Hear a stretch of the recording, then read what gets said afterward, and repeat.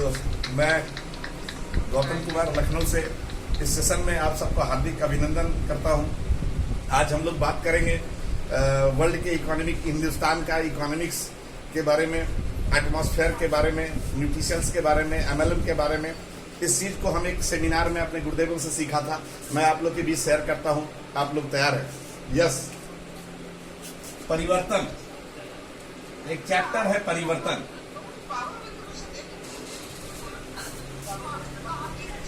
वो CE जो change नहीं होगा आज के सिनारियों में, परिवर्तन के साथ परिवर्तित होने का बहुत जरूरत है। जो चेंज नहीं होगा वो हैंग हो जाएगा। और चेंज सब लोग नहीं होते मित्र। 20% हिंदुस्तान में ऐसे लोग हैं जो समय के साथ बदलते हैं, और 80% ऐसे लोग हैं जिसको हम लोग हिंदी में अजगर कह सकते हैं। ये लोग किसी भी परिवेश में अपने आप को बदलने के लिए तैयार नहीं रहते हैं, तो ऐसे लोग मिट जाते हैं।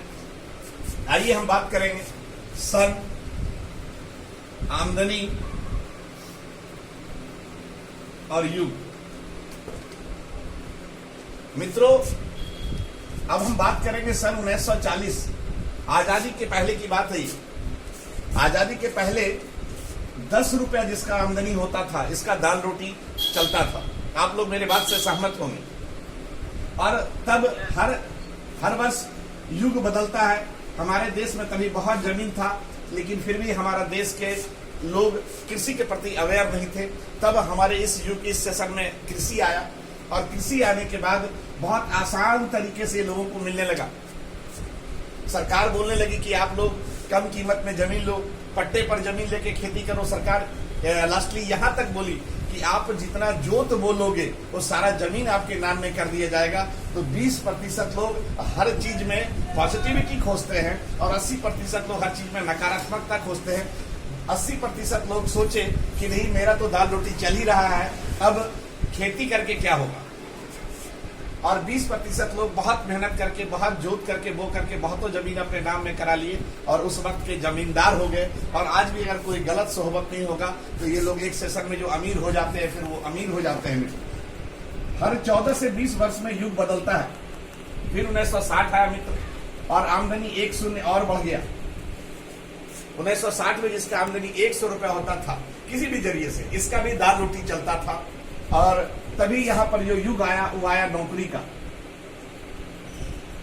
हमारे देश में नौकरी आ गई, बहुत आसान तरीके से मिलने लगी। ऐसा मैंने भी पहले कहा था कि जिस चीज का सेशन होता है बहुत आसान तरीके से आपको मिलता है, और लोगों को नौकरी बहुत आसान तरीके से दी जाने लगी। क्योंकि 20-80% लोग इस चीज में भी नेगेटिविटी खोजने लगे। लोगों को पकड़ पड़ के नौकरी दिया जा रहा था, लेकिन लोग भाग जाने में अपना कामयाबी समझते थे कि मैंने नौकरी से बच गया। लेकिन 20% लोग इस परिवर्तन को एक्सेप्ट किए और नौकरी किए। आज आप चेक करो, जो लोग उस सेशन में नौकरी किए उनका पेंशन भी 60-70-80 हजार रुपया है। लेकिन आज जो लोग नौकरी कर रहे हैं, आज कोई पेंशन बोल के स्कीम ही नहीं है। इसका मतलब मित्र कि आज नौकरी का जमाना नहीं है, नौकरी का जमाना इन सेशनों में हुआ करता था। उसके बाद 1980 आया, और फिर आमदनी 1 और बढ़ गया। ये शून्य हम अपने मर्जी से नहीं बढ़ा रहे हैं, ये इकोनॉमिक्स है, ये अर्थशास्त्र है। कोई हर राजनीतिक पार्टी आके कहती है कि नहीं, इस महंगाई के हम आने पर महंगाई कंट्रोल कर ले जाएंगे, लेकिन मित्रों ये संभव नहीं है। हर 20 वर्ष में 1 का महंगाई को बढ़ेगा। और इसके बाद 1980 में जिसका 1000 रुपया आमदनी होता था मित्र, इसका भी दाल रोटी चलता था। और तब यहाँ पर युग के बदलाव में आ गया कंप्यूटर। अब मित्रों थोड़ा ध्यान दें, क्या लगता है कि कंप्यूटर को लोग जल्दी एक्सेप्ट करेंगे? नहीं मित्रों, नहीं कर रहे थे। 80% लोग बहुत बवाल किए कि कंप्यूटर हटाओ, देश बचाओ, कंप्यूटर देश में आ जाएगी तो बेरोजगारी बढ़ जाएगी। ऐसे नेगेटिव थॉट से 80% लोग थे, और 20% लोग इसको बहुत लाख विरोध के बावजूद भी एक्सेप्ट कर लिए। और जब कंप्यूटर पे जो लोग 1980, 90, सन 2000 तक एक्सेप्ट कर लिया, आप चेक करो तो वो किसी ऑर्गेनाइजेशन के टॉप लेवल पर बैठे होंगे, क्योंकि उन लोगों ने शुरुआती दौर में उस चीज को किया। आज भी लोग कंप्यूटर में अपना करियर बना रहे हैं। हम लोग देखते हैं कि आए दिन जो लोग कंप्यूटर में अपना करियर बना रहे हैं, आज उनको चूंकि जॉब तो मिलता नहीं है, मॉल में बिल काटते हैं। 8,000 10,000 में लोग बिल काटने का प्रयास कर रहे हैं। मतलब कंप्यूटर अभी हमारा रिक्वायरमेंट है, बिना इसके मेरा मजबूरी है, कोई काम हो ही नहीं सकता है। लेकिन इससे आप अपना करियर नहीं बना सकते हैं। ये बदलाव आपका बाद में मजबूरी बन जाता है। अब आते हैं सन 2000 में, इस वक्त हम जॉब में थे और यहाँ पर फिर आमदनी 1 शून्य बढ़ा मित्रों और आमदनी हो गया 10,000 रुपया। सन 2000 में जिसका 10,000 रुपए का आमदनी होता था, इसका भी मित्रों दाल रोटी चलता था। क्योंकि मैं इस वक्त खुद जॉब में था, कभी पत्नी बोलती थी कि हमको ये चीज चाहिए या हमको वो चीज चाहिए, तो बड़ा आसान तरीके से हम लोग बोल देते थे, रुक जाओ बोनस का वेट कर लेते हैं, बोनस आने दो तब खरीदेंगे। मतलब इस पैसे में भी इस वक्त में सिर्फ दाल रोटी ही चलता था, ये लोग हवाई जहाज पर नहीं उड़ते थे। और मित्रों तब हिंदुस्तान में आ गया मल्टी लेवल मार्केटिंग, जिस सेक्टर पर हम लोग इस सेशन में बातचीत करेंगे। अब मित्रों हम ये पूछेंगे, क्या हर लोग इसको एक्सेप्ट कर लेंगे? नहीं, ये तय है हर लोग इस चीज को, बहुत सारे लोगों को इस चीज के बारे में पता ही नहीं चल सकेगा, बहुत को पता चलेगा तो समझ में नहीं आएगा, और कुछ लोग को ऐसा आएगा कि समझ में आएगा और वो लोग कर भी ले जाएंगे। तो मल्टी लेवल मार्केटिंग आ गया मित्रों सन 2000 में, और ये भी तय है कि इसको 20 से 25% लोग मल्टी लेवल मार्केटिंग को करेंगे और 80% का वही दशा होगा, क्योंकि उनको हैंग होना है। तो इस बदलाव को भी आज हमारे साथ हिंदुस्तान में 2 करोड़ से भी ज्यादा लोग एक्सेप्ट कर चुके हैं। इसके बाद मित्रों आज जो चल रहा है समय 2020, यहाँ पर फिर 1 शून्य बढ़ेगा और ये रेशियो हो जाएगा 1 लाख का। मित्रों इस बात को बताने में कहीं कोई अतिशयोक्ति नहीं है कि सन 2020 में आज की तारीख में अगर आपको अपने ढंग से रहना है, आपके घर में सब सुविधा होनी चाहिए, आपके सब बच्चे अच्छे ढंग से पढ़ते रहे, इन सारे चीज को अगर हम कैलकुलेट करने जाए परिवार का, तो इसमें इतना अमाउंट आने के बाद भी सिर्फ दाल रोटी ही चलता है। इस बात को हम बहुत मजबूती से कह सकते हैं कि आज इस सिस्टम में आने की वजह से हमारा सैलरी भी, हम टाटा मोटर्स पे जॉब भी करते हैं, घर का किराया भी आता है, इस इनकम को हम क्रॉस कर जाते हैं। इसके बावजूद भी मित्र बड़ा बताना पड़ रहा है कि इसमें भी दाल रोटी ही चल रहा है 2020 में। अब इसके बाद जो समय आएगा मित्रों, जो आ चुका है, ये आएगा न्यूट्रिशियंस का, क्योंकि आने वाला समय वेलनेस का है, आने वाला समय इलनेस का नहीं रहेगा। आने वाले समय में लोग न्यूट्रिशंस के बारे में जानकर, फूड सप्लीमेंट की जानकारी लेकर अपने आप को स्वस्थ रख सकेंगे, लोग 100 साल तक जिएंगे, और जो इसका जानकारी लेगा वो इस सदी में कामयाब होगा मित्र। अब एक इंपॉर्टेंट बात, इसके बाद ये रेशियो अब 2040 आने वाला है मित्रों, कोई इसको रोक नहीं सकता है।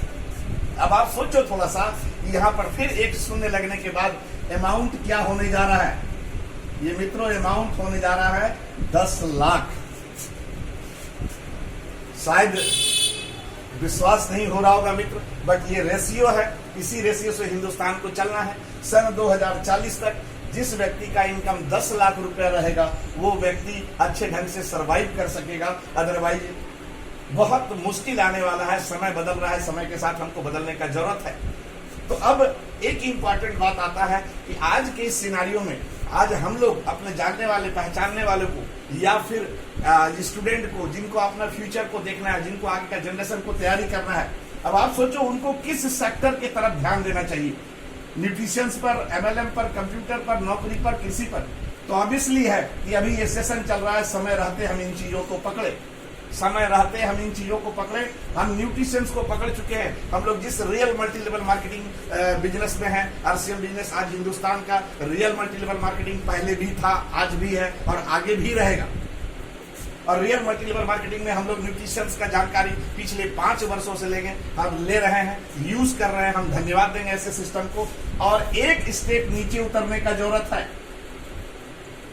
अगर हम इन 2 सेक्टर को पकड़ लेते हैं, MLM और न्यूट्रिशंस को, तो हम इस बात को पूर्ण विश्वास के साथ कह सकते हैं कि इस अमाउंट को हमारी पूरी टीम क्रॉस कर जाएगी। दूसरा और कोई सेक्टर नहीं है जिस सेक्टर को आप पकड़ के, चाहे वो ट्रेडिशनल सेक्टर हो या फिर लेटेस्ट का कोई टेक्टर हो, या फिर किसी जॉब में, कि आप इसको क्रॉस कर जाओगे, ये संभव ही नहीं है। तो हम लोग को जरूरत है कि हम लोग अपने आपको इम्प्रूव करें, समय के साथ चले, और मल्टी लेवल और मार्केटिंग और न्यूट्रिशंस के बारे में जानकारी लेके अपने आप को आगे के भविष्य के लिए सुरक्षित करें, अपने भविष्य को सुनहरा बनाएं, अपने बाल बच्चे, अपने पीढ़ी, अपने जो भी हमारे डिपेंडेंट हैं, उनके लिए हम लोग बेहतर कर सके। इसके लिए हमको समय के साथ बदलना होगा। हाँ, जो भी आप कृषि कर रहे हैं कीजिए, नौकरी कर रहे हैं कीजिए, कंप्यूटर आपके पास काम कर रहे हैं कीजिए, बट इसके साथ में ये एक ऐसा सेक्टर है जिसको मल्टी लेवल मार्केटिंग बोला जाता है कि आप पार्ट टाइम बिल्ड कर सकते हैं, और यहाँ पर इन सेक्टर को आप पार्ट टाइम बिल्ड कर सकते हैं। अब आपके दिमाग में, बहुत सारे लोगों का ये दिमाग में क्वेश्चन आता है